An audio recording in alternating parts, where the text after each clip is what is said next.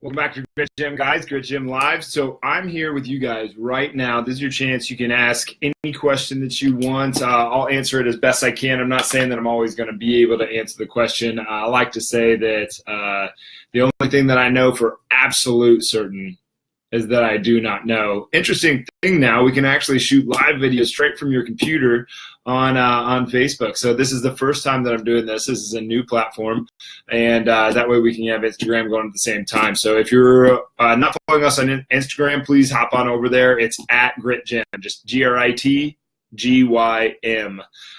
And we stay pretty active on Instagram. We stay pretty active on, this is Facebook and Instagram.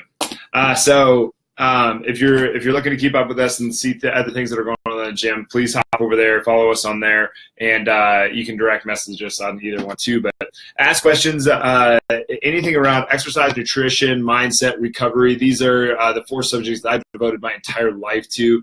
Read, I think I might be in the thousands now, thousands of books on this subject, gone to countless seminars, clinics, and I was going to these things all the way back in high school. I got my first strength conditioning book in 1997 from my grandma Hilliard, actually, so that's 20 years ago. It's kind of hard to think about, and I've been just nuts about the stuff ever since. So if you're curious like I am, you're going to like this show probably, because we're going to bring up a lot of different perspectives. For me, the more perspectives one is willing to acquire, the more he or she will grow his intelligence. And I think that's the massive interesting thing about life, is that we all think a little bit different. We all have our own perspective, because you're all building, every one of us is building on a foundation that we already have. Even if we read the same book, we're going to have a different experience. Or even if we all read the same book, we would all have a different experience while reading it, and we would learn different things and have different perspectives within that. So it's pretty cool. But on this show, we talk about your health. So health makes up exercise, mindset, nutrition, recovery. Exercise is more about movement quality up front, how your body actually moves. You need an assessment to be able to do that. So if you're in the area, grab a strategy session. Pretty soon, we're actually building something out that you will be able to do that online. So we're going to take the little tiny spot of the world that makes up about 114,000 people within a 50-mile radius of here, I think it is. Maybe that's a 20-mile radius, but there's a certain amount of people within a radius of where we are right now. It's not very big, whereas like the world, I think right now is somewhere in the 7 billion billions of people population right now. That was alliteration aside. That's a lot of people. So pretty soon we'll be able to be online, and you'll be able to do a strategy session via that, which would be really cool. But today's topic, what are we talking about today? Okay, so by the end of the day, what I hope to do is have influenced how you see procrastination. And everybody knows that everybody looks at procrastination as a negative thing, and I don't know if it's positive or negative, but everybody looks at it like, I wish I could stop procrastinating, or wish I could stop procrastinating. What I'm going to try to scope back to, what I'm going to do my absolute gut-wrenching best to scope back to with you today, is the basis and the source of procrastination and why it actually happens to be there. Okay, and a big thing around procrastination is that we are wanting to prove ourselves correct. Okay, so think back to the all-in versus are you going to be all in today, or are you going to be afraid that you're not enough today? And ask yourself that question right now. Ask yourself that question before you go into an event, before you go into a talk, before you go into something that you want to be truly engaged with. If you're a parent, you should ask that question before you interact with your kids every day. If you're going into a workout, you want to do the absolute best that you possibly can during that workout. That means working hard, but it also means working smart. So you got to ask yourself, am I going to be all in today, or am I going to be afraid that I'm not enough today? Because it's so easy to default back to that fear of not being enough. And we all have that. Every one of us on the face of the earth has that. So why would we possibly procrastinate if we have these things, right? And why would we procrastinate? I fully and 100% am convinced, and this is subject to change, just like everything. Everything in the world is constantly changing. I am convinced at this point in the game that it is a self-fulfilling prophecy. If you procrastinate, you probably even know that you're procrastinating, How far, like, for instance, think of exercise. How long did you put off going to the gym? How long did you put off doing that assignment? How long did you put off studying for the test? How long did you put off really going gung-ho on the competition or the sport? Like, we all do it to some extent, and we all fall set ourselves up. We are the perpetrator and the victim of our own procrastination, and it's a self-fulfilling prophecy to make sure that we are correct. If you indulge in that fear of not being enough that we all have, and then you go off and you procrastinate, eventually you're going to get to the competition, you're going to get to the test, you're going to get to wherever it is that you're going, and you're not going to be ready for it. And in so you'll be disappointed in your performance. You may fail the test. You might completely burn yourself out the night before, proving yourself correct that you weren't enough to do well on the test, to do well in the competition, or do well with whatever that you were trying to do. Okay. So to me, I know that's a little bit of a long explanation, but to me, I am fully convinced that procrastination is a self-fulfilling prophecy to prove to yourself that you are not good enough to have what you want in your life, which is total bullshit. You do. You deserve to have the life that you want to live. You deserve to live it your way. Everything that I do is on some level inspiring freedom from a personal status quo that is keeping you from the life that you want to live. And we all have these status quo things. We all have these norms that we hold on to and we hold dear to, and we hold them so tight, and we think that they're so true that we can't imagine life any other way. We can't imagine doing things any other way. And we've come up with this, and we've never really challenged that perspective enough to see just how ridiculous or silly it really is. I do this once in a while. I'll get upset about something, and I'll use a little bit of righteous justification to justify being angry. That's total bullshit. It's bullshit that I'm creating to keep me from the life that I want to live, maybe from the relationships that I want to have, from the business that I want to run, from the people that I want to help. Why would I do that? Like, I love helping people. It fulfills me on a level that I cannot begin to describe. And really, it's just me getting them to get out of their own way to be actually able to go get what they want. So why would I stop me from being able to do that? Same thing with procrastination. It's a self-fulfilling prophecy to be unprepared, to not be ready for when that time comes. So I remember doing this once when there was this competition that my school was doing, and I was always really good at sit-ups. I did it basically from, I don't know, as long as I can remember. My dad would he'd be like, get up in my arms. So you'd have your knees tucked into his elbows, and he'd say, hit 30. So you just do 30 sit-ups. So we were all of us kids were really good. All of his kids, all my siblings and we were all really good at doing sit-ups. Well, so I started doing 100 sit-ups every single night and 30 push-ups every single night from second grade, let's say. It was in elementary school, and I went all the way through all the way into high school until I started lifting more seriously. And so I stopped doing that and focused more on the lifting stuff. So I was getting kind of lazy. I wasn't doing it every night. And we had a competition coming up at our school to see who could do the most sit-ups in a minute. And I had not been practicing, and I was so nervous, and I put it off. The night before, I did 1,000 sit-ups. The next day, I was torched. I didn't understand why, but I was like, I put off doing all that work, and then I burnt myself out. Why? Procrastination is a self-fulfilling prophecy. If I didn't think that I was good enough to win that thing, what would happen? That's what happened with me. You're going to do that, like tests. Think of cramming for a test. Why would you cram for a test instead of trying to put all your effort in, why would you cram all that in the last 15 minutes? Why wouldn't you take 15 minutes per day, every day, and try to learn that material? Why wouldn't you immerse yourself in that material for the week ahead of time? Why wouldn't you do something else to prepare yourself? It's a self-fulfilling prophecy. You're trying to make sense. Your brain is making sense of what it thinks is true. It's not really true. It's bullshit. It's you making it up. It's a setup. It's preparing. It's preparing an excuse before you've actually gone for it. It's like being late. procrastinating leaving. Like you probably set up an excuse like, like you come up with a reason before you actually just get out the door. Whereas you could have just left before you made the excuse, right? It's procrastination. It's a setup. It's a make it. You're preparing an excuse. It gives you an out. It gives you oh well, I didn't try anyway. I didn't really want it. You know, if you never try, what happens?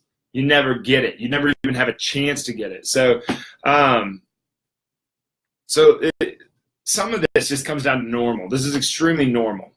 Okay, and people like to look at the word strange as a negative. Like, that person's so weird. That person's so strange.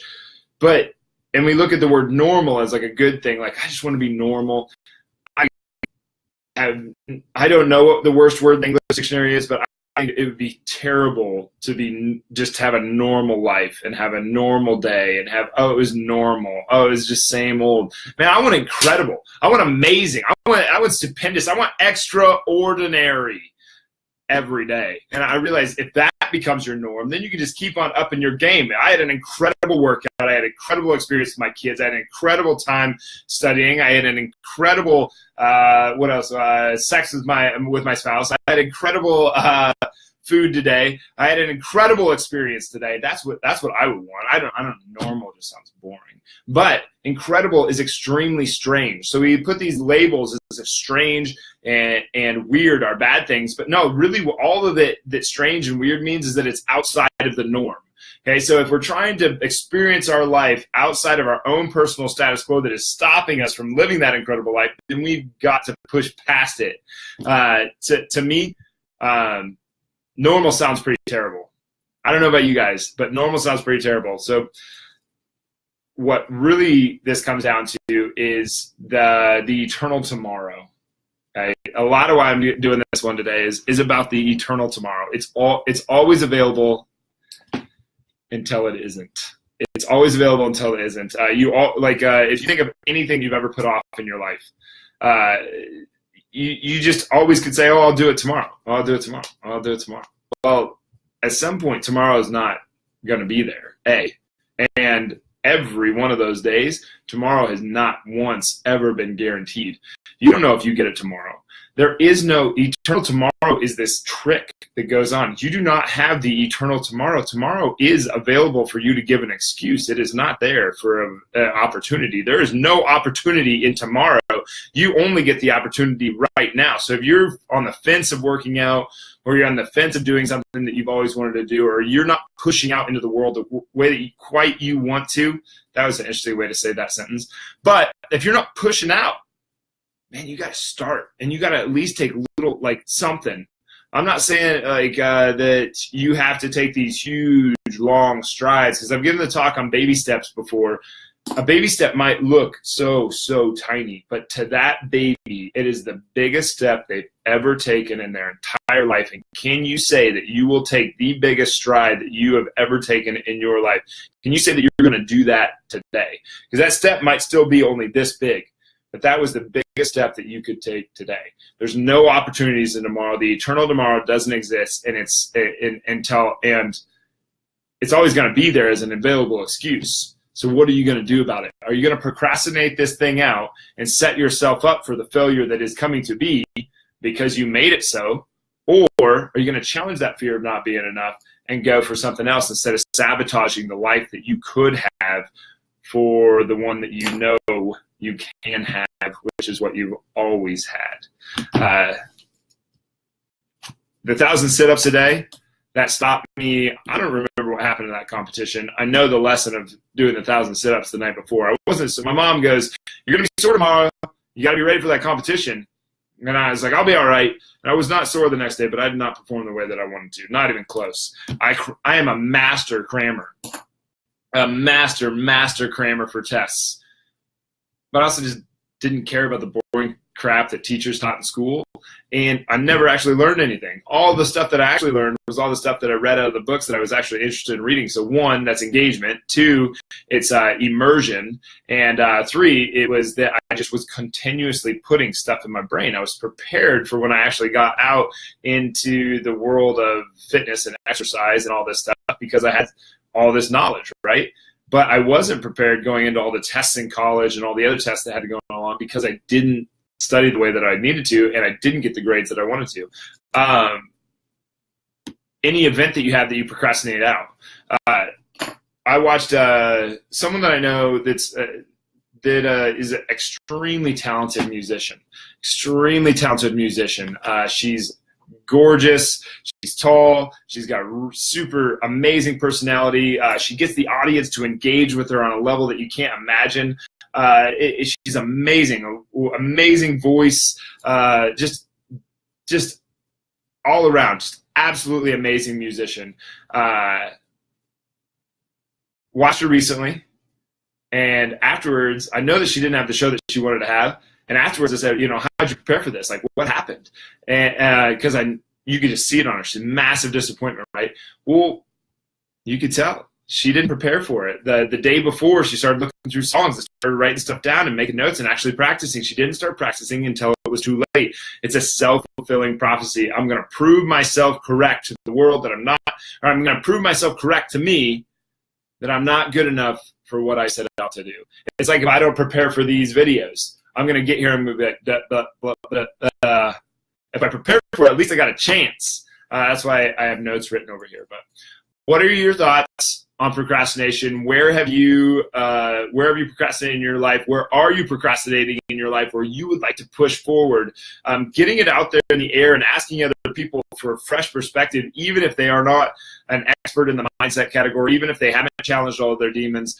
It's very hard to see the picture when you are inside the frame. Like when you are the only one looking at yourself, it is very hard to see where you might be tripping yourself up. In the mindset stuff, you're basically walking around with a blindfold on and you can't see any of your own fears or things that are stopping you. That's why you employ other people into your atmosphere. And the closer they are to you, probably the harder it is for them to see it too. And another thing that is really hard in this is taking that criticism, taking that confrontation, and taking that advice when it's given, because it doesn't always come easy. It comes not at a cost, but it can be tough. It can be tough to take that. But where are some areas, if you guys put it down in the comment section below, we can make a discussion out of this a little bit, but where is something that you find that is hard for you to push out into? The one that I find is, I find it very easy to delay going to the gym. Like I'll still go every morning, but man, it's very easy to be 15 minutes late to get to the gym. It's very easy to keep on writing when I'm on a roll instead of sticking discipline to my schedule. It makes it very easy to delay that out. And it's a little bit of a setup for not having time in the rest of the day to do all the things that need to get done. See how that happens? Self-fulfilling prophecy, that a person that wants to be massively productive and be a contributor to society has trouble staying on task. But what are some areas, like what was it like for you when you started working out at Grit Gym? What was it like before you worked out at Grit, or what is it like if you haven't worked out at Grit Gym? If you know that you need to push out and tackle this procrastination thing, how are you going to do it? Well, one of the things is you got to ask yourself the two questions. Am I going to be all in, or am I going to be afraid that I'm not enough? Is on some level, that's going to stop you. You're just always going to find things to avoid what you're scared of. So if you've avoided something enough times, if you've avoided meditation on a daily basis, if you've avoided writing down your goals morning and night, if you've avoided going on that big trip that you've always wanted to go on, if you've avoided, there's some level, there's something stopping you from that thing. And is it ridiculous to think that it could just be that you're afraid to do it? I've told you guys the story of like Rachel and I's relationship before, like very early on in the relationship, before we even knew that we were going to be a couple. I said, we're going to go to a marriage counselor because I don't want to have a normal relationship. That was me I was terrified of being in a committed relationship, terrified of bonding with somebody. And I knew that most people are. I figured she probably was too.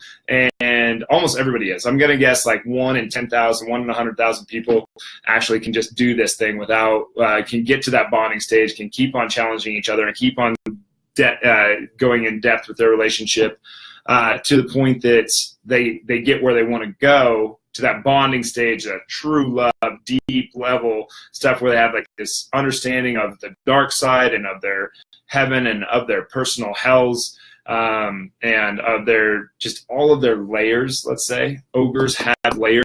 But that was one thing that I did to make sure that I was going to push into that space. One of the things I did business-wise was I needed to hire a business coach because I was screwing it all up, and the customers at Grit Gym were suffering. I was suffering, and it was just this huge headache. And so I got a business coach. Now everything runs a lot better, and everybody won out of me getting a business coach. How are you going to deal with the procrastination of what you don't know that you don't know you need to do? And anything that and I think one of the first things you can do there is you can ask yourself that question: what am I avoiding? Have I done meditation every day? Have I hit the gym every day? Have I written down my goals every day? Have I read every day? Well, if you're not reading every day or you find it hard to read every day, it's probably a little bit of a fear there in challenging your mindset. If you haven't meditated every day, there's probably something that you're on the cusp of that you really got to push forward and get that done. If you haven't written your goals down every day, you're probably scared of those goals. And I think that is perfectly understandable. But is it reasonable? Because you know that you can do your absolute gut-wrenching best, so you know that it's not reasonable to think that you can't get there. So Joanne, when haven't I procrastinated? Anything that is outside of my comfort zone is worst. Sharing something I've created, doing something new. Of course, it's never as bad as thinking it's going to be. Eventually, I tell myself I need to do it anyway. I'm actually wearing the Do It Anyway shirt today. If you guys want one of these, they're on the website. I got hit up last night. I walked in to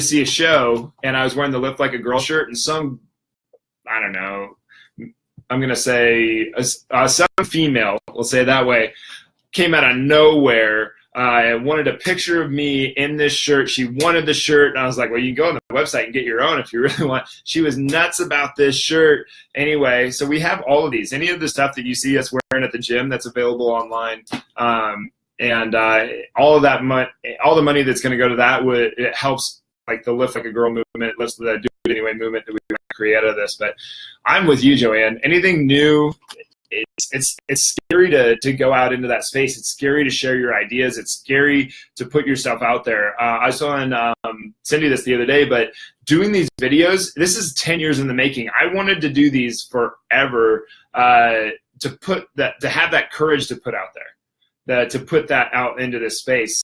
But I was terrified of it. It's like, what am I going to say? How am I going to say it? What if I mess up? What if I stutter? What if everybody thinks that I'm an asshole? And then it was like, well, everybody seems to be thinking that I'm an asshole anyway, so might as well go for it. But yeah, it's terribly hard to try something new. It's terribly hard to get out of your comfort zone, but it's still super simple. You just got to do it anyway, right? But getting back to that place, giving yourself a framework to be able to navigate that whole fear thing is to use the map. It's, am I going to be all in today, or am I going to be afraid that I'm not enough? And if you find yourself, if you're like, I'm still afraid, well, is that fear, like, what are we actually looking at? Are you angry? Are you worried? Are you embarrassed? Are you jealous? Are you super stressed out? Do you feel like you have a lack of confidence or a lack of self-esteem or a lack of motivation? Those are all possible, understandable fears or symptoms of the fear, right? But are they reasonable? Is it reasonable? If you are enough to do your absolute gut-wrenching best. I'm not going to say that this means you're going to get the thing that you're going for. I'm saying if you know that you're enough to do your absolute gut-wrenching best to get to that thing that you are going for. To write the book, to have the girl or the guy, to be the most incredible person that you possibly can be. If you know that you're enough to do your absolute gut-wrenching best to get there, is it reasonable to think that you're not enough to have it? Of course not. You know that you can do your best. So then if you know that you can do your best, then you've negotiated it. Go ahead and do your best. That's being all in. And if you don't, if you say that, if you do find that reasonable, which is the default, that's where everybody goes to.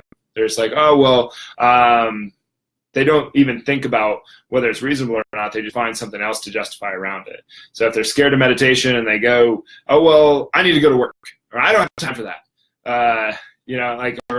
My favorite one is when people use their kids to say why they don't have time to exercise. Well, I can't. I want to spend time with my kids. What a bogus excuse. What a hardcore bogus excuse. But my thing, the cramming for tests, massive disappointment in any kind of events and competitions that I wasn't ready for, just not being prepared. Procrastinating something out is a self-fulfilling prophecy, and there's a better way around it, and you have to ask yourself those two questions. I think that that's the best way to do it anyway. But if you're looking for a way to prove yourself correct that you're not enough, then you'll get into that self-fulfilling prophecy stuff. You'll start looking at ways to prove yourself correct that you're not enough to have the life that you want to live, to perform in the way that you want to perform. But if you can start preparing for what you want and you can dig in, you can push forward into that, you might find this crazy little thing that happens where you got everything that you ever wanted because you took the risk, because you took the chance, because you had the guts to do your absolute gut-wrenching best. But anyway, I hope you guys got something out of this.